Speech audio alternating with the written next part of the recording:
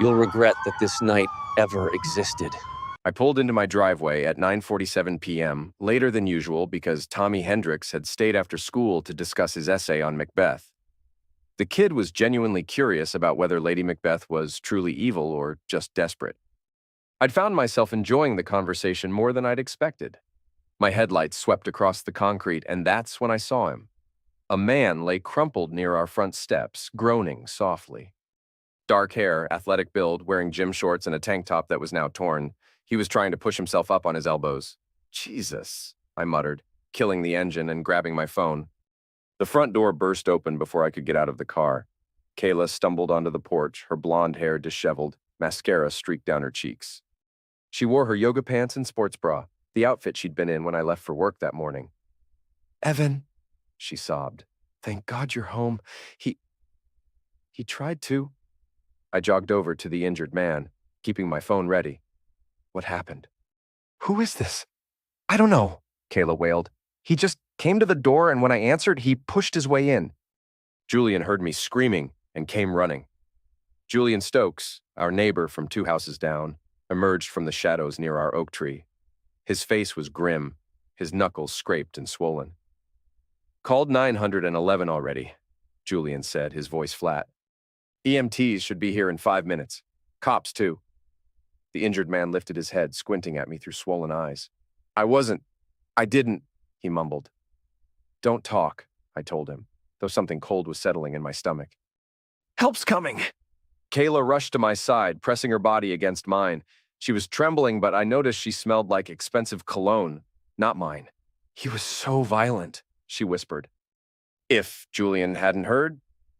The ambulance arrived with sirens blaring, followed immediately by 2 police cruisers. The paramedics took over with practiced efficiency while Officer Martinez questioned us. "Ma'am, can you tell me exactly what happened?" Kayla's story was detailed and consistent. She'd been doing yoga in the living room when someone knocked. Thinking it was a delivery, she'd answered without checking the peephole. The man had forced his way in, grabbed her, tried to drag her toward the bedroom. She'd screamed. Julian had appeared like an avenging angel. Julian's account was simpler. Heard screaming, saw a stranger attacking my neighbor's wife. Did what any decent man would do. The injured man, Damon Quinn, according to his driver's license, was loaded into the ambulance. Before they closed the doors, I heard him mumbling something about a misunderstanding. Officer Martinez handed me his card. "We'll need you to come in tomorrow for a formal statement, Mr. Hale. Both of you." After the police left, Julian lingered on our porch. "You okay, Kayla?" he asked gently. She nodded, wiping her eyes. "Thanks to you. Just being a good neighbor?" Julian's gaze shifted to me. "Evan, can I talk to you privately for a minute?" Kayla squeezed my hand. "I'm going to take a shower. I feel dirty." When she'd gone inside, Julian stepped closer. His face was troubled. "Look, I need to tell you something," he said quietly. "I've been having some episodes lately, PTSD acting up. When I heard screaming and saw that guy through your window, I just reacted. You did the right thing." "Did I?" Julian ran a hand through his graying hair. "Because now I'm wondering if maybe I jumped to conclusions. The guy seemed confused, not aggressive, and Kayla..." He paused. "What about Kayla?" "Nothing." "Forget it." But Julian's eyes said otherwise. "Just be careful, Evan. Sometimes things aren't what they seem." 3 days later, I was grading papers at the kitchen table when I noticed Kayla frantically searching through the couch cushions. "Lost something?" I asked. "My phone. I can't find it anywhere." Her voice carried an edge of panic that seemed disproportionate. "When did you last have it?" "The night, everything was such chaos." She bit her lip. "I must have dropped it outside." I helped her search the house, but we came up empty. Later that evening, while Kayla was at her book club, I decided to check the backyard. I found the phone under our deck, the screen spider-webbed with cracks. Most people would have handed it over immediately. But something about Kayla's behavior, the panic, the evasiveness, made me pause. I teach teenagers for a living. I know when someone's hiding something. The local phone repair shop fixed it for $60 and didn't ask questions. Back home, I powered it on. The text messages told a story Kayla hadn't shared. "Damon, can't wait to see you again. Kayla, Evan's working late Thursday. Come around 9. Damon, your place or mine? Kayla, mine. I'll leave the side door unlocked. The timestamps were from the day of the incident. I scrolled further back, finding weeks of flirtation, explicit photos, and detailed plans for their affair. But it was the voice message from that afternoon that made my blood run cold. Kayla's voice, breathy and excited. Just park 2 houses down like we planned. I'll turn off the porch light so Julian won't notice. God, I can't wait to feel you inside me. I sat in my study for an hour, staring at the cracked phone. Damon Quinn wasn't a violent stranger. He was Kayla's lover, arriving for a planned rendezvous. And somehow, Julian's PTSD episode had turned their affair into an assault narrative. The front door opened. "Honey, I'm home," Kayla called out. I slipped the phone into my desk drawer and walked downstairs. "How was book club?" "Oh, you know. Jennifer's going through another divorce. She's such a drama queen." Kayla kissed my cheek. "Any luck finding my phone?" "Afraid not. You should probably get a replacement." "Yeah, I guess so." She paused at the bottom of the stairs. "Evan, you believe me about what happened, right? With that man?" I studied her face. The perfectly applied makeup, the concerned expression that didn't quite reach her eyes. "Of course I believe you," I said. "You're my wife." She smiled with relief and headed upstairs. I waited until I heard the shower running, then pulled out my own phone and composed a text message. From Kayla's number to Damon. "We need to talk. Somewhere private. How about that coffee shop on Hennepin tomorrow, 2 p.m.? The reply came within minutes. "Are you insane? Your husband could have had me arrested." "That's exactly what we need to discuss," I typed back. "Trust me." A longer pause, then, "Fine. But this better be worth the risk." I deleted the conversation from Kayla's phone and put it back in the drawer. Sometimes the best way to catch a liar is to let them think they're still getting away with it. The coffee shop on Hennepin was busy enough to provide cover, but quiet enough for conversation. I arrived 10 minutes early and chose a corner table with a clear view of the entrance. Damon Quinn walked in at exactly 2 p.m., scanning the room nervously. The bruises on his face had faded to yellow-green, and he moved carefully, favoring his left side. When he spotted me instead of Kayla, confusion flickered across his features. I stood and waved him over. "Damon, I'm Dr. Hale from the University of Minnesota. Thanks for agreeing to meet." He approached cautiously. "Where's Kayla?" "She's not coming. Please, sit down." I gestured to the chair across from me. "I apologize for the deception, but I needed to speak with you privately about what happened." "I don't understand." "I'm conducting a research study on relationship dynamics and marital stress." The lie came easily. I'd prepared it carefully. "Kayla mentioned your situation, and I thought you might be willing to share your perspective. For academic purposes, of course. Completely confidential." Damon's posture relaxed slightly. Like most narcissists, he enjoyed talking about himself. "What kind of study?" "I'm particularly interested in how external pressures affect married couples. Kayla tells me you were friends and then someone, a neighbor, misinterpreted your relationship and attacked you." "Friends," Damon snorted. "Is that what she called it?" I leaned forward with scholarly interest. "There was more to it?" "Look, Dr. Hale, I don't know what game Kayla's playing, but we weren't just friends." Damon's ego was taking over. "She's been after me for months. Coming to my gym, flirting, asking for private training sessions. That must have been flattering." "Heck yes, it was flattering. Your wife is smoking hot." He caught himself. "Wait, you said your name was Hale. Are you—" "Kayla's husband, yes. But don't worry, this is purely professional. I study these dynamics for a living. Nothing you tell me will go beyond this conversation." Damon studied my face, looking for signs of jealousy or anger. Finding none, he seemed to relax further. "She practically begged me to sleep with her," he continued. "Said her marriage was dead, that you never paid attention to her anymore." "She set up that whole thing the other night." "The night you were injured?" "Yeah, by that psycho neighbor of yours. I was just following her instructions. Park down the street, come to the side door." "She said she'd leave it unlocked." Damon touched his ribs gingerly. "Next thing I know, some lunatic is beating the crap out of me thinking I'm a burglar." I nodded sympathetically. "That must have been terrifying." "You're right, it was." And then Kayla. She just stood there screaming like I was actually attacking her. Didn't say a word to help me. "Why do you think she did that?" Damon shrugged. Panic, I guess. Or maybe she realized how bad it would look if the truth came out. I signaled the waitress for another coffee. Can I ask you something personal? Are you married? Yeah, Carly. For the first time, guilt flickered across his face. She doesn't know about any of this. That must be stressful. Look, what Carly doesn't know won't hurt her. And it's not like Kayla and I were planning to run away together. It was just physical. I paid for both our coffees and stood to leave. Thank you for your time, Damon. This has been very enlightening. That's it? That's it. Like I said, purely academic. He stood as well, wincing slightly. Dr. Hale, for what it's worth, I'm sorry about everything. Kayla came on to me, but I should have been stronger.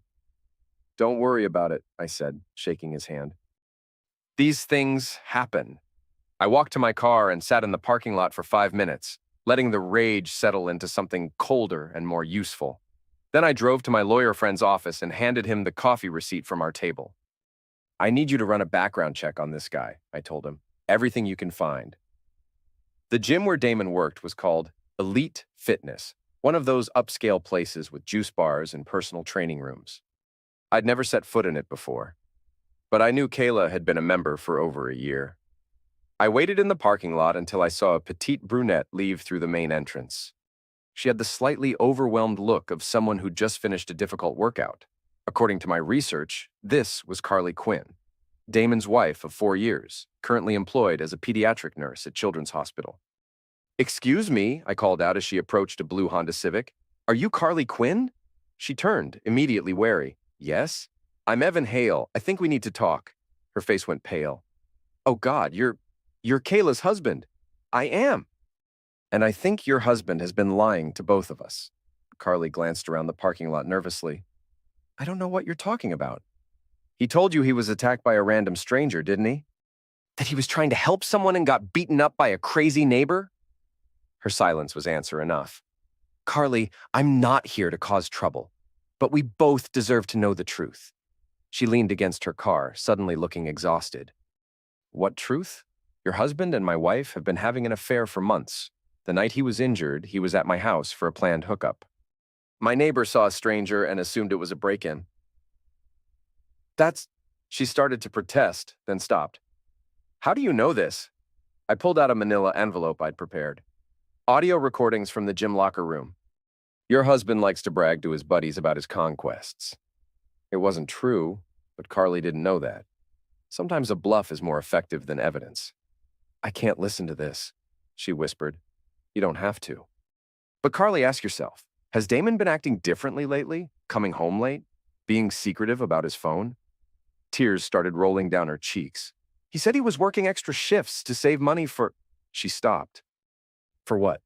We've been trying to have a baby. He said the extra income would help with medical bills. Her voice broke. I just found out I'm pregnant. The words hit me like a physical blow. Here was a woman celebrating the best news of her life, while her husband was destroying 2 marriages for meaningless act. Congratulations, I said softly. That's wonderful news. Is it? Carly wiped her eyes. If what you're saying is true, I'm sorry. I really am. But you deserve better than lies. She clutched the envelope to her chest. What do you want me to do with this? Whatever you think is right. I just wanted to make sure you knew the truth before making any major life decisions. I started to walk away, then turned back. Carly, for what it's worth, I think you're going to be a great mother. Your child is lucky to have you. As I drove home, I felt a twist of guilt about manipulating her. But it was quickly replaced by cold satisfaction when I remembered Damon bragging about how what Carly doesn't know won't hurt her. Sometimes the truth hurts less than continued deception. Kayla was waiting for me when I got home, standing in the kitchen with her arms crossed. Her new phone sat on the counter between us like a tool. I know what you did, she said. What did I do? Damon called me. He said some creep claiming to be my husband was asking questions about our relationship. Her eyes blazed with fury. Were you following me, Evan? I don't need to follow you. Your old phone told me everything I needed to know. The color drained from her face. My phone was destroyed. $70 at Tech Repair on University Avenue. Amazing what they can fix these days. For a moment, neither of us spoke. Then Kayla's expression shifted from shock to defiance. So what if I was seeing Damon? Our marriage has been dead for years. Has it? Because I thought we were just going through a rough patch. A rough patch? She laughed bitterly. Evan, when was the last time you really looked at me? When did you last tell me I was beautiful, or plan a surprise, or show any passion about anything other than your precious students? The attack stung because it contained threads of truth. I had been focused on work, had taken our relationship for granted, so you decided to sleep with your personal trainer. I decided to feel alive again, to be with someone who actually wanted me, and lie about it, and let Julian think he'd stopped an assault. I panicked, Kayla's voice cracked. When Julian started hitting Damon, everything went crazy. I couldn't think straight. You could think straight enough to let an innocent man believe he'd saved you from rape. Julian isn't innocent. He's a violent psychopath who should be locked up. Julian has PTSD from serving his country. And he was protecting what he thought was his neighbor's wife from being attacked. Kayla grabbed a ceramic vase from the counter and hurled it at the wall. It exploded in a shower of white fragments. "Don't you dare lecture me about morality," she screamed. "You're so perfect, aren't you? St. Evan, beloved by all his students, never does anything wrong." "I teach Hamlet to high schoolers," I said calmly. "Gaslighting is chapter 2. She stared at me for a long moment, breathing hard. "I'm going to my sister's," she said finally. "I need to clear my head." Good idea. "When I come back, we're going to talk about this like adults." "Sure." "And Evan? Stay away from Damon. He's not as stable as he seems." After she left, I sat in my study and opened my laptop. Kayla's fitness influencer career was built on her image as a devoted wife and fitness enthusiast.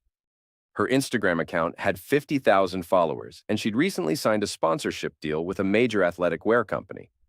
I found the company's website and located their brand partnership guidelines. Section 4.7 was particularly interesting. Brand ambassadors are expected to maintain personal conduct consistent with our family-friendly values. Any behavior that brings negative attention to our brand may result in immediate termination of partnership. I drafted a carefully worded email to their brand management team, attaching screenshots of Kayla's text conversations with Damon. Not the explicit photos, I wasn't that cruel, just enough to show a clear pattern of adultery. The reply came within 2 hours. "Thank you for bringing this matter to our attention. We will be reviewing Miss Hale's partnership status immediately. Sometimes revenge doesn't require elaborate schemes. Sometimes you just have to let gravity do its work."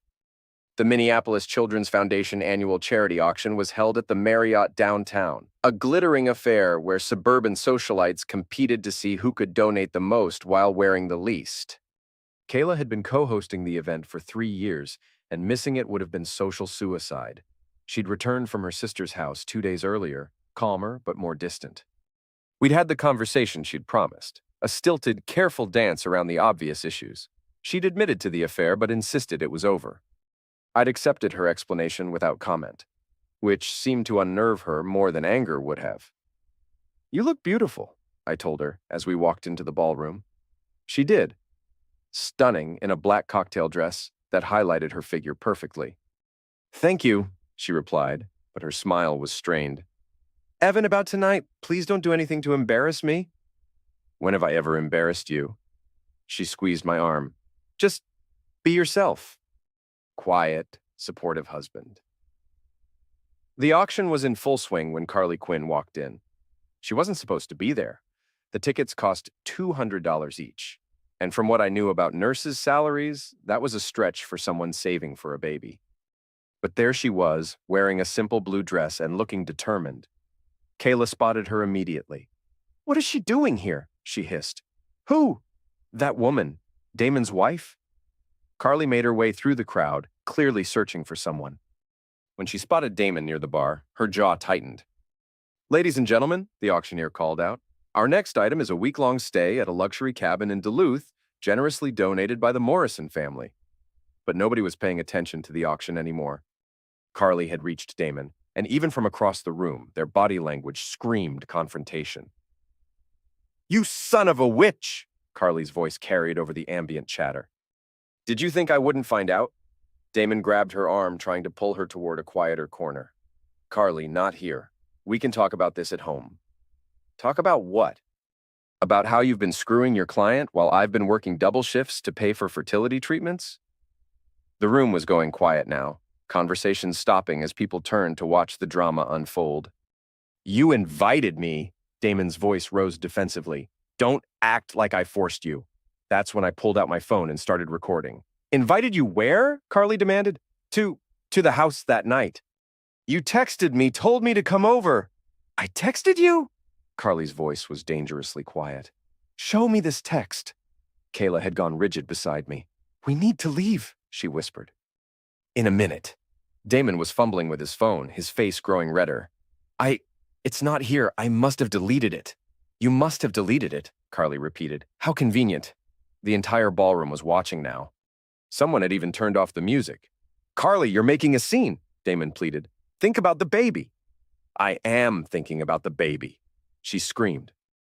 I'm thinking about whether I want my child to have a father who lies and cheats and destroys other people's marriages. She turned toward the crowd, her eyes finding Kayla in the sea of faces. And you, she called out. You pathetic, selfish witch. You have a good man at home and you throw it away for a few hours with my husband? Kayla started toward the exit, but Carly's voice followed her. How does it feel to know he was only using you? That he told his gym buddies you were just another desperate housewife begging for attention? The silence that followed was deafening. Then the whispers started. Isn't that Kayla Hale, the fitness influencer? I thought she was married to that teacher. Did you hear what that woman said? I stopped recording and slipped my phone back into my pocket. Kayla had reached the exit and was practically running toward the elevators. I found her in our car, crying into her hands. This is all your fault, she sobbed. You told that woman about us. I told her the truth. You destroyed me in there. My reputation, my business, everything. I started the engine. I didn't destroy anything. I just stepped aside and let you do it yourself. The next morning, Kayla's phone was buzzing with notifications. Her sponsorship deal had been terminated. Her Instagram was flooded with comments about the charity auction incident. Someone had posted video of Carly's confrontation, and it was spreading through local social media like wildfire. I can't leave the house, Kayla said, staring at her phone. Everyone knows. Everyone knows what? That I'm a cheater, a homewrecker. I poured myself a cup of coffee and sat down across from her. You could always tell the truth. Explain your side of the story. She looked up at me with something like hope. What would you say if I did that? Whatever you want to say, it's your story to tell. But we both knew the truth wouldn't help her. The truth was worse than the scandal. I was grading essays on my back deck when Julian appeared at the fence between our properties. He looked haggard, like he hadn't slept in days. Evan, can we talk?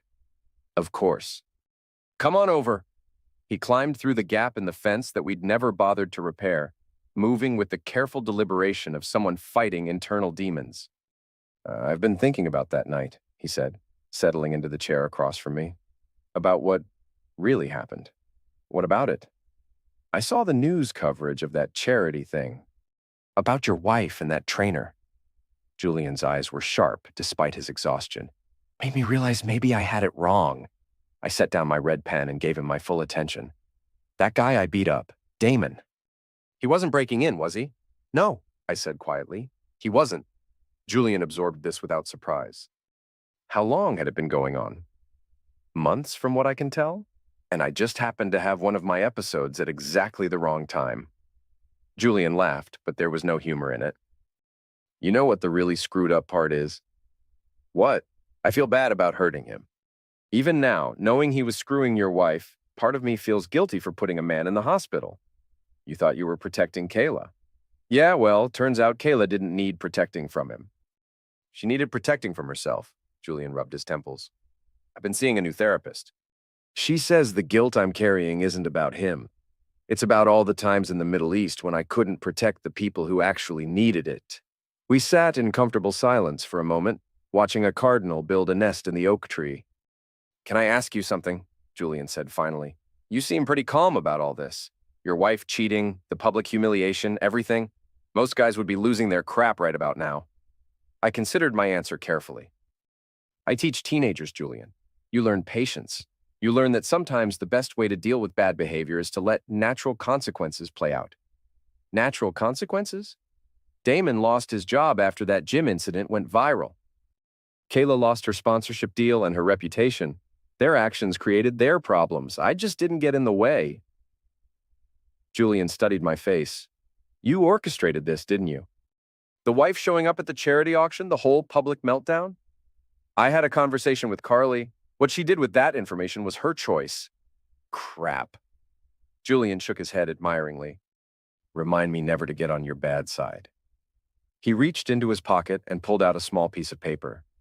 Speaking of consequences, I have something for you. Call it a peace offering.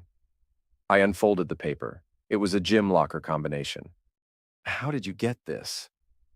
I went to apologize to Damon last week. Figured it was the right thing to do, even if he was there for the wrong reasons. Anyway, he was so pissed off and humiliated that he didn't even want to hear it. Started ranting about how his whole life was falling apart. And the combination? Julian grinned. He was changing out of his gym clothes while he was yelling at me.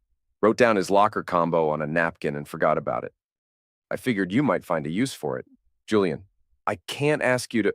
You're not asking. I'm offering. He stood up. That guy helped destroy your marriage and made me complicit in a lie. Far as I'm concerned, he's got more punishment coming. After Julian left, I sat on the deck for another hour, turning the piece of paper over in my fingers. Some might call what I was planning petty revenge. I preferred to think of it as an educational opportunity. Elite Fitness was busiest between 6 and 8 p.m. when people stopped by after work to burn off their daily frustrations. I timed my arrival for 7:30, when the locker room would be crowded but not packed. Damon's locker was in the back row, numbered 247. Julian's combination worked perfectly. The contents were exactly what I'd expected. Protein powder, energy drinks, extra workout clothes, and a collection of motivational printouts he taped to the inside of the door. Quotes about success, determination, and crushing your goals. I replaced them with something more appropriate. The photo was from the night of the incident, Damon's bruised, swollen face looking pathetic and confused. Below it, in large block letters, I'd printed, "This is the cost of stealing a man's wife and parking like a coward." The second photo showed Damon's car parked 2 houses down from mine on the night in question, with a timestamp proving when it was taken. The third was a printout of the Google reviews his personal training business had been receiving since the charity auction incident. Unprofessional and unethical, avoid at all costs. Homewrecker. Destroyed his own marriage and someone else's. Zero integrity. Find a trainer who actually cares about family values. I closed the locker and walked out through the main workout area. A few people glanced at me curiously. I clearly didn't belong in this temple of fitness, but nobody questioned my presence. The next morning, my phone buzzed with a text from an unknown number. You think you're so clever, don't you? This isn't over. I screenshot the message and added it to the file I'd been building. By noon, a friend who worked in social media sent me a link to a TikTok video. Someone had recorded Damon's reaction when he opened his locker, capturing his face as he saw the photos.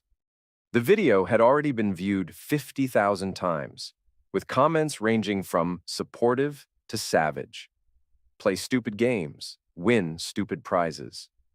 When you cheat, everyone finds out, eventually.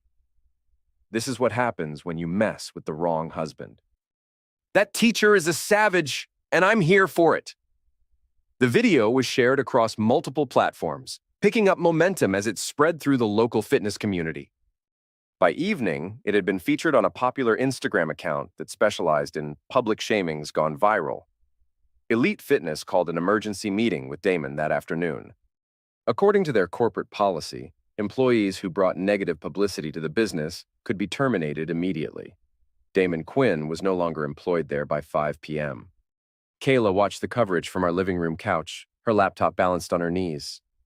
"This is getting out of hand," she said quietly. "Is it? People are calling you a hero. They think you're some kind of genius for how you're handling this. I'm just letting consequences play out." She closed the laptop and looked at me directly for the first time in days. "What happens now?" "What do you mean?" "To us. To our marriage." I considered the question carefully. The honest answer was that our marriage had been over the moment she invited another man into our bed. But there were still moves to be made, pieces to be positioned. I guess that depends on what you want, I said. I want to fix this. Fix what exactly? Everything. The marriage, my reputation, the mess I've made. And how would you do that? Kayla's eyes filled with tears. I don't know. But I'm willing to try anything. I almost felt sorry for her. Almost. We'll figure it out, I said. But I'd already figured it out days ago. The interview was Kayla's idea. I need to tell my side of the story, she announced over breakfast. People only know half the truth. I looked up from my coffee. Which half don't they know? That I was manipulated. That Damon pursued me for months. That he made me feel like my marriage was already over. Her voice took on the practiced tone she used for Instagram videos. I was vulnerable and he took advantage. That's one way to look at it. It's the truth, Evan. I made mistakes, but I'm not the villain everyone thinks I am. She'd arranged to appear on Cara Levin's morning show, a local program that specialized in human interest stories and community drama.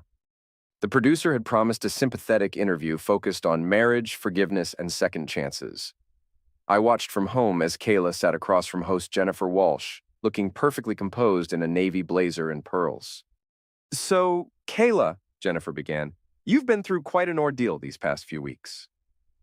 It's been devastating, Kayla replied, her voice trembling slightly. I made some poor choices, but I never intended for anyone to get hurt. Tell us about your relationship with Damon Quinn. Kayla took a shaky breath. Damon was my personal trainer. Over time, he became more than that. He was very persuasive, very charming. He made me feel like my marriage was already over, that my husband didn't care about me anymore. So, you felt manipulated? Absolutely. Damon is a predator who targets vulnerable women. He told me exactly what I needed to hear when I was at my lowest point. I had to admire her strategy. Paint herself as the victim, shift blame to Damon, appeal for sympathy. It might have worked if Carly hadn't been watching. My phone buzzed with a notification. Carly had posted a video response on Facebook. In the video, she sat in what looked like her living room, her pregnant belly visible beneath a simple sweater. Her voice was calm, but furious. I just watched Kayla Hale's interview, and I have to respond. She wants to paint my husband as a predator and herself as a victim. Let me tell you what really happened. Carly held up her phone. This is a voicemail Damon left me 3 weeks ago before everything came out. Listen carefully. The audio was crystal clear. Damon's voice, slightly drunk, rambling about his conquest. Carly, baby, you're so naive. You think I'm working late, but I'm actually screwing this hot little housewife. She practically threw herself at me, begged me to come over when her husband was at work. You should see the things she does. Things you'd never do. The video continued with more evidence. Text messages, photos, even a recording Damon had made bragging to his gym buddies about that desperate teacher's wife who can't get enough. By noon, Carly's response had been viewed 200,000 times. Kayla came home in tears. She destroyed me, she sobbed. That vindictive witch destroyed everything I said. She just told the truth. The truth. Kayla whirled around. You want the truth? I cheated because you stopped caring about me years ago. Because you care more about your students than your wife. Because you never make me feel beautiful or wanted or special. So it's my fault. Yes. No. I don't know. She collapsed onto the couch. Everything is ruined. My business, my reputation, my friends, nobody will even return my calls. Her phone buzzed. She glanced at it and her face crumpled. What now? The fitness center dropped my classes. They said my presence would be disruptive to the community atmosphere. I sat down beside her. I'm sorry. She looked at me with something like hope. Are you? Are you really sorry? I'm sorry you're hurting. But you're not sorry it's happening. I considered lying, offering false comfort. But we were past that now. No. I'm not sorry it's happening. Kayla stared at me as if seeing me clearly for the first time. You orchestrated all of this, didn't you? The wife showing up at the auction, the gym thing, even that interview somehow. I had conversations with people. What they did with that information was their choice. You manipulative bastard. But there was almost admiration in her voice. How long have you been planning this? Since the night I found your phone. And you've just been, what? Waiting for me to destroy myself? I've been letting consequences play out naturally.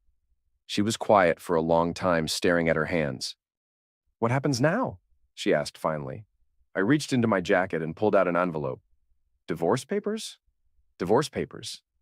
Kayla opened the envelope with trembling fingers, scanning the documents. You're not asking for anything. The house? Savings? Nothing? I don't want your money, Kayla. I just want out. Then what do you want? I pointed to the bottom of page 3. Custody of Charlie. Our golden retriever looked up at the mention of his name, tail wagging hopefully. Kayla's face crumpled completely. Not Charlie. Please, he's all I have left. You should have thought of that before you decided to blow up our life. She signed the papers with tears streaming down her face. 6 months later, I stood in the same spot where I'd found Damon Quinn on my concrete. The driveway looked different now, cleaner somehow, as if the pressure washer had removed more than just stains. Charlie sniffed around the oak tree, his tail wagging as he investigated scents only he could detect. The dog had adjusted to our new routine better than I had. We'd moved into a modest 2-bedroom rental across town, close enough to school that I could walk to work. The mailman approached, his bag slung over his shoulder. Tom Morrison had been delivering mail to this neighborhood for 15 years, and he'd seen it all. Morning, Mr. Hale, he called out cheerfully.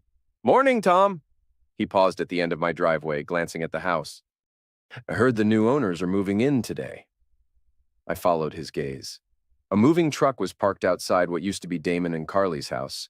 The foreclosure had gone through quickly after Damon lost his job and Carly filed for divorce. Young couple, Tom continued. Got a baby on the way. Should be good for the neighborhood. I'm sure it will be. After Tom continued his route, I stood there sipping coffee from my travel mug, watching the movers unload boxes and furniture. Life moved on. New families replaced old ones. The neighborhood healed itself. Footsteps on the sidewalk made me turn.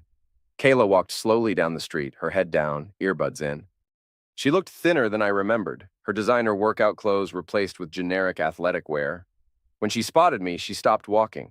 We hadn't spoken since the day she signed the divorce papers. She'd moved in with her sister temporarily, though I'd heard through mutual acquaintances that she was struggling to find permanent housing. Her fitness career was effectively over, at least locally. She pulled out her earbuds and approached cautiously. Hello, Evan. Kayla. How's Charlie? Good. He misses you. I miss him too. Her voice was barely a whisper. I miss a lot of things. We stood there for a moment, two people who'd shared 12 years of marriage trying to figure out how to talk to each other. I got a job, she said finally, at a gym in St. Paul. Just teaching basic classes, nothing fancy, but it's something. That's good. I know you probably don't care, but I wanted to tell you, I'm in therapy. Real therapy, not just talking to my sister. Trying to figure out why I sabotaged everything good in my life. I studied her face. She looked genuinely different, humbled in a way I'd never seen before. I'm glad. Are you? Really? I never wanted you to be miserable, Kayla. I just wanted you to face consequences for your choices. She nodded slowly. Mission accomplished. A car pulled up to the curb, a beat-up Honda Civic that had seen better days. Kayla glanced at it nervously. That's my ride. I can't afford a car right now, so my sponsor from therapy gives me lifts sometimes. Your sponsor? I'm working the steps. Turns out I have some addiction issues around attention and validation. Who knew? She attempted a weak smile. Step 9 is making amends to people I've harmed. Kayla, I'm not asking for forgiveness. I know what I did was unforgivable. I destroyed our marriage. I hurt you. I hurt Carly and her baby. I hurt Julian by making him complicit in my lie. Her voice grew stronger as she continued. I'm just saying I'm sorry, truly sorry. And I hope someday you can find peace with what happened. The car honked gently. I have to go, Kayla said. Take care of yourself, Evan. And give Charlie a hug from me. She walked toward the car, then turned back one more time. You didn't have to ruin everything, you know. You could have just left me. I could have, I agreed. But then you wouldn't have learned anything. She smiled, the first genuine smile I'd seen from her in years. You always were the teacher in the family. After she left, I walked back to my house. Julian was in his front yard trimming hedges with military precision. That looked like a heavy conversation, he called out. Lighter than you'd think, I replied. She doing okay? She's working on it. Julian nodded approvingly. Good. Everybody deserves a chance to make things right. How are you doing? Better. The new therapist is helping a lot. Turns out guilt is just another form of self-indulgence if you don't do anything constructive with it. He gestured toward the house that used to belong to Damon and Carly. Speaking of making things right, you hear about Carly? What about her? She had the baby, healthy girl, 8 pounds, 2 ounces. And she's engaged to that nurse from her hospital, the one who helped her through the divorce. I felt a warm surge of satisfaction. Carly had landed on her feet. That's wonderful news. You're right, it is. She deserves happiness after what she went through. Later that evening, I sat in my study grading papers. Charlie sprawled across my feet, snoring softly. Outside, the neighborhood was settling into its quiet evening routine. My phone buzzed with a text from my principal. Great work on the Romeo and Juliet production. Students are still talking about it. Have you considered directing the spring musical? I typed back, let me think about it. For the first time in months, I was considering the future rather than managing the past. It felt strange but liberating. The Minneapolis Tribune's Local Lives column ran on Sundays, featuring ordinary people with extraordinary stories. I usually skipped it, but this week's headline caught my attention. From betrayal to redemption, one woman's journey back. The article was about Carly Quinn, now Carly Martinez, after her marriage to fellow nurse Roberto Martinez. The photo showed her holding her daughter Emma, while Roberto smiled beside them in their modest but cheerful living room. I thought my life was over when I discovered my husband's affair, Carly was quoted as saying.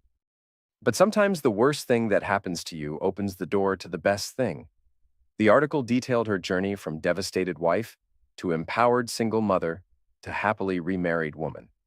She'd returned to school to become a nurse practitioner and had started a support group for women dealing with infidelity. I learned that betrayal says nothing about your worth and everything about the other person's character, she continued. My daughter will grow up knowing her mother fought for her happiness and won. There was no mention of Damon by name, though the article alluded to his current circumstances. The former husband now works at a chain gym in Arizona and has had no contact with his daughter since the divorce was finalized. I was happy for Carly. She'd taken the worst situation of her life and transformed it into something meaningful. That afternoon, I ran into Dr. Sarah Chen at the grocery store. She'd been Kayla's therapist during our final year of marriage, one of many professionals Kayla had consulted but never truly engaged with. Evan, she said warmly, how are you holding up? Better than expected. And you? Good. I heard through the grapevine that you handled everything with remarkable grace. I wasn't sure how to respond to that. I also heard Kayla is doing well in her program, Dr. Chen continued. Real progress this time, from what I understand. I hope so. Can I ask you something, professionally speaking? Sure. The way you handled the situation, it was very systematic, very controlled. Some might say calculating. I waited for her to continue. I'm not judging. In fact, I think you may have done something remarkable. Instead of exploding or seeking immediate revenge, you created a situation where natural consequences could play out. Everyone involved was forced to confront the truth of their actions. I'm not sure I follow. Damon lost his job and marriage because his behavior was exposed, not because you attacked him. Kayla lost her reputation because her choices became public, not because you sabotaged her. Even Julian found peace by learning the truth about that night. Dr. Chen selected a cantaloupe and placed it in her cart. It's almost like you created a controlled environment where justice could occur naturally. Like a teacher designing a lesson plan where students discover the moral on their own rather than being told what to think. Maybe I just got lucky. Maybe. Or maybe you understood something most people don't, that true consequences teach better lessons than imposed punishments. After she left, I stood in the produce section thinking about her words. Was what I'd done justice or revenge? Did it matter if the outcome was the same? My phone rang. The caller ID showed Julian's number. Evan, you need to get over here now. What's wrong? Just come. And bring Charlie. I found Julian in his backyard standing over his garden bed with a satisfied expression. Charlie immediately started sniffing around, his tail wagging. Look at this. Julian said, pointing to the soil. What am I looking at? Tomatoes. First ones I've been able to grow in 3 years, he grinned. Turns out the problem wasn't the soil or the seeds or my technique. It was guilt. I was so focused on all the things I'd done wrong in the Middle East that I couldn't nurture anything new. And now? Now I know the truth about that night. I know I was protecting someone, even if I didn't understand the situation completely. The guilt is gone. He picked a ripe tomato and handed it to me. Try it. The tomato was perfect, sweet and acidic and full of summer sunshine. Julian, this is incredible. Right? Turns out when you stop poisoning the ground with self-doubt, good things can grow. We stood there in comfortable silence, watching Charlie explore the garden. Can I tell you something? Julian said eventually. Of course. I used to think justice was about punishment. Eye for an eye, all that. But watching how you handled everything, I think maybe justice is about balance. Letting people experience the full weight of their choices. Is that what I did? You tell me. Damon chose to betray his pregnant wife and pursue someone else's. He lost his marriage, his job, and his reputation. Kayla chose to break her vows and lie about it. She lost her career, her social standing, and her husband. Julian picked another tomato. But here's the beautiful part. Everyone got a chance to rebuild. Carly found real love. Kayla is in recovery. Even Damon has the opportunity to become a better person if he chooses to. And me? You? You got to keep your integrity while everyone else learned the true cost of losing theirs. Charlie bounded over with a tennis ball he'd found somewhere, dropping it at my feet expectantly. Some would say what I did was cruel, I said, throwing the ball across the yard. Some people confuse justice with cruelty, Julian replied. But cruelty is what Damon did to his pregnant wife. Cruelty is what Kayla did when she let me think I'd stopped a rape. What you did was just efficient. 1 year after the incident, I stood before my advanced English class, preparing to teach our unit on moral complexity in literature. The students, bright, cynical 17-year-olds, stared back at me with the mixture of attention and skepticism that defined their age. Today we're starting The Count of Monte Cristo, I announced, writing the title on the whiteboard. Can anyone tell me what this story is about? Jessica Chen raised her hand. Revenge. More specifically, a guy gets screwed over and spends years planning perfect revenge on everyone who wronged him. Good. And what makes his revenge perfect? The students pondered this. Finally, Marcus Thompson spoke up. He doesn't just hurt them, he makes them destroy themselves. Exactly. Dante doesn't end his enemies.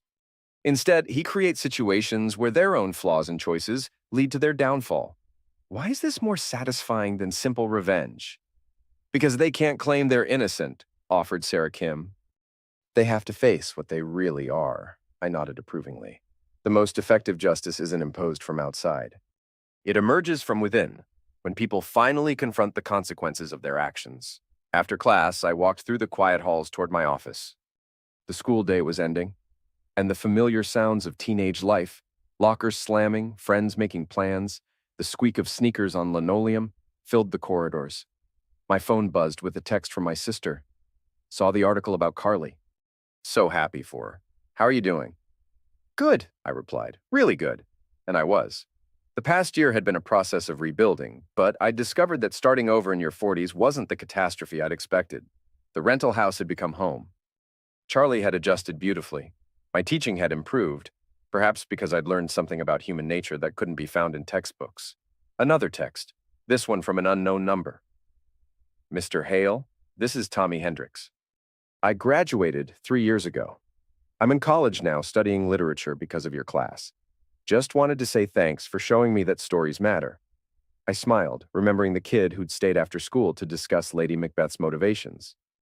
The ripple effects of teaching were often invisible until years later. The parking lot was nearly empty when I reached my car. As I unlocked the door, I noticed a familiar figure sitting on the bench near the bus stop. Kayla wore scrubs and looked tired, but healthier than I'd seen her in years. She approached cautiously. I hoped I might catch you. How's the new job? Good. Hard work, but honest work. I'm teaching water aerobics to senior citizens at the community center. She managed a self-deprecating smile. Not exactly Instagram material, but it pays the bills. And therapy? 1 year sober from attention-seeking behavior. Turns out validation addiction is a real thing. She shifted her weight nervously. I wanted to tell you something about consequences. I waited. For months after everything fell apart, I hated you. I thought you were cruel and vindictive and that you destroyed my life for entertainment. And now? Now I understand that you didn't destroy my life. I did that myself years before Damon came along. You just stopped enabling it. Kayla pulled a small notebook from her purse. My sponsor has me write letters to people I've harmed. Most of them I'll never send, but I wanted you to know what I wrote about you. She opened to a marked page and read, Dear Evan, I spent 12 years taking your love for granted while demanding constant proof that I was worthy of it. I confused attention with affection and drama with passion. When you stopped participating in my need for chaos, I found someone who would. But chaos isn't love and attention isn't intimacy. You tried to love me through my insecurities, but I mistook your stability for indifference. I'm sorry I threw away the best thing in my life because it didn't feel like a romantic comedy. She closed the notebook. I don't expect forgiveness. I just wanted you to know that I finally understand the difference between consequences and punishment.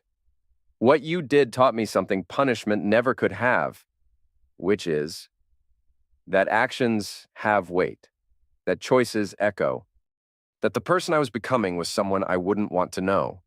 Kayla looked directly at me. You gave me the chance to hit bottom cleanly, without anyone to blame but myself. That's actually a gift, even if it didn't feel like one at the time. A city bus approached, and she gathered her things. Take care of yourself, Evan. You're a good man. You deserved better than what I gave you. Kayla? She turned back. You deserved better than what you gave yourself, too. I'm glad you figured that out. After the bus pulled away, I sat in my car for a few minutes, processing the conversation. There was something profoundly satisfying about seeing someone take full ownership of their choices, even when those choices had caused tremendous pain. My phone rang. Julian's number. Evan, you free for dinner?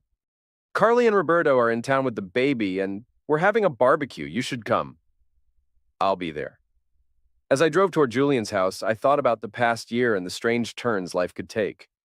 A violent misunderstanding had revealed a betrayal, which had led to public humiliation, which had led to personal growth for everyone involved. Maybe that was the real lesson of stories like The Count of Monte Cristo. Justice wasn't about punishment or revenge. It was about creating space for truth to emerge, consequences to unfold, and people to choose who they wanted to be when faced with the full weight of their actions. The barbecue was exactly what I needed: friends, laughter, and the simple pleasure of watching new life flourish. Emma Martinez slept peacefully in her mother's arms while her stepfather grilled burgers and Julian told stories that made everyone laugh. As the sun set over Minneapolis, I felt something I hadn't experienced in years: complete contentment with the present moment. No plotting, no planning, no waiting for consequences to unfold. Just life, moving forward at its own pace, carrying all of us toward whatever came next. Hey, Evan, Carly called out. Come tell Roberto about your Shakespeare unit. He's thinking about auditing some literature classes. I walked over to join the conversation, Charlie trotting beside me, and realized that sometimes the best revenge is simply living well enough that revenge becomes irrelevant.